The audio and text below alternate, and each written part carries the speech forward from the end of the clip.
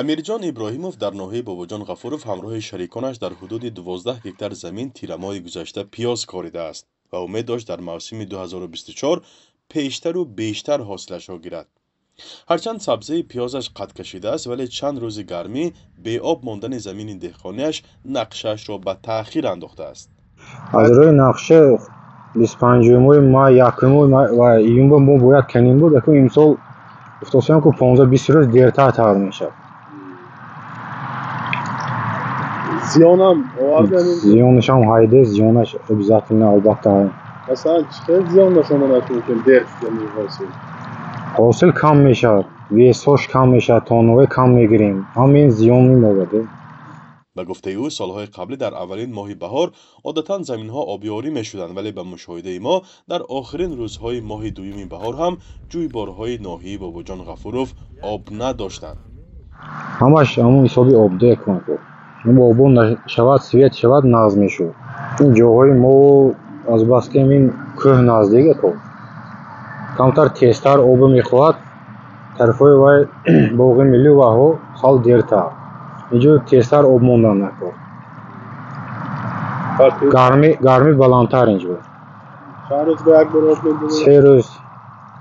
се рӯз ба об мондан накард.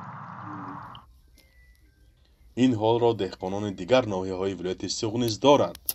уктам Мамадсобиров дар ноҳияи Ҷаббор Расулов ҳудуди 1.5 гектар замини кишоварзӣ дорад ва асосан ба обчакорӣ машғул аст. 11 узви оилааш аз ҳамин ҳисоб рӯзӣ меёбанду сари замин тамоми сол машғули кор мегарданд. имсол аз ҳосил умеди зиёд надоранд ва мехоҳанд бештар борон борад. обёри сал имсол сал дер ба мон, мана помидора кор доштам, об шуд. 1-2 бор об хӯрданаш дар кор буд. 20 рӯз дер ба мон.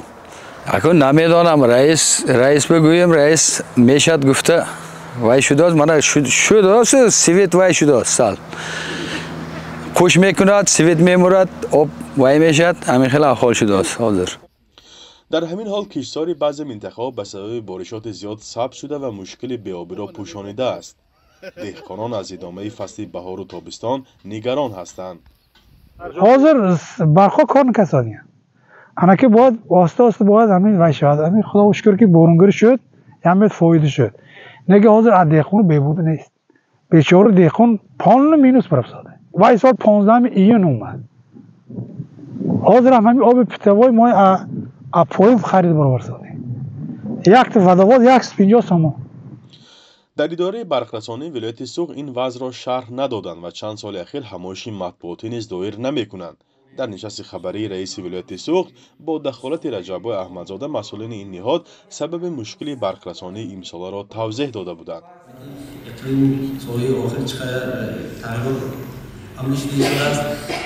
албатта таъсири худро ба фаъолияти нерӯҳои барқи обӣ асосан барқ истеҳсолкунанда зиёда аз 90% нерӯҳои обӣ барқӣ мебошад дар ҷумҳурӣ таъсири худ расонистааст барои муътадили коркардани ҳама соҳаи хориҷии халқи ҷумҳурӣ. бар пояи иттилои идораи кишоварзӣ дар вилояти Суғ 250 000 гектар замини кишоварзӣ мавҷуд аст ки 75% он тавассути чо ва пойгоҳҳои обкашии барқӣ обёрӣ мешавад. масъулони идораи беҳдошти замин ва обёрии вилояти Суғ гуфта буданд ки чунин вазъ ҳолати бе ин ҳам мушкили онҳоро вазнинтар мекунад, зеро бисёре аз пойгоҳҳои обкашӣ кӯҳна шудаанд ва номуназзамии барқ метавонад ба системаи обёрӣ таъсири манфӣ расонаду зиёни ҳангуфт дорад. тағйири иқлим дар солҳои гузашта низ сабаби камҳосилӣ ва афзоиши нархи баъзе меваҳо гардидааст. аз он ҷо ки аксари аҳолии Тоҷикистон дар деҳот зиндагӣ мекунад ва машғули кишоварзист, ин ҳолат ба вазъи молии миллионҳо нафар метавонад таъсир гузорад. фарзон муҳаммадӣ, радиои Озодӣ, ноҳияи Бобоҷон Ғафуров.